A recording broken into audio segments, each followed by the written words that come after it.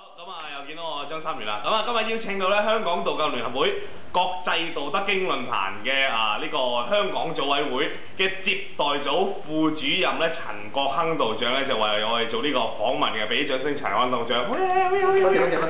係啦，非常之歡迎你啊！今日咧就因為我都知道陳道長你啦，其實你對於經懺或者係一啲拜斗一啲嘢咧都非常之咁熟悉嘅。都由細練到大嘅。咁其實我哋都有啲問題想問下你嘅。咩叫做頭先啱啱講過咩叫拜斗？拜斗咩人嘅呢樣嘢係？拜斗係祈福啦，祈福啊，祈福啦。係。咁嚟講啦，本書咧，本經書咧都有好多學問嘅。咁又有點樣去化你嘅功果啊，化你嘅怨氣啊咁樣啦。咁都可以幫你祈福啊。得啊。明白。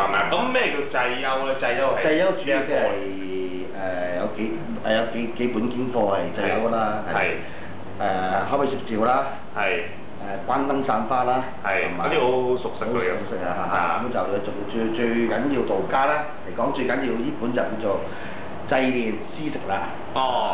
咁係最緊要做，最緊要呢個祭幽嘅呢個。明白。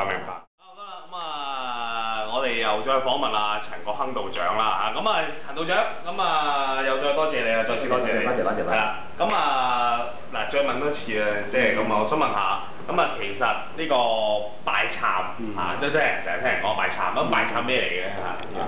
拜懺主要嚟講咧，就可以做啲法會啊，同埋做啲咁樣嘅弘法義事都用得到嘅。拜懺嚟講。懺經嚟講，亦分好多本懺經嘅。例如嚟講就有我哋嘅祖師懺啦。無極寶懺啦，就呢本寶懺我覺得喺道家嚟講咧，最好呢本懺㗎啦。都一般人拜嘅三元歲水懺咧，都係好好嘅。仲有一本關帝聖懺咧，亦都係好好嘅。仲有好多。總之好多都好好啦。好多都好好啦。好正啦。係啊。咁唔該係啊。多謝你。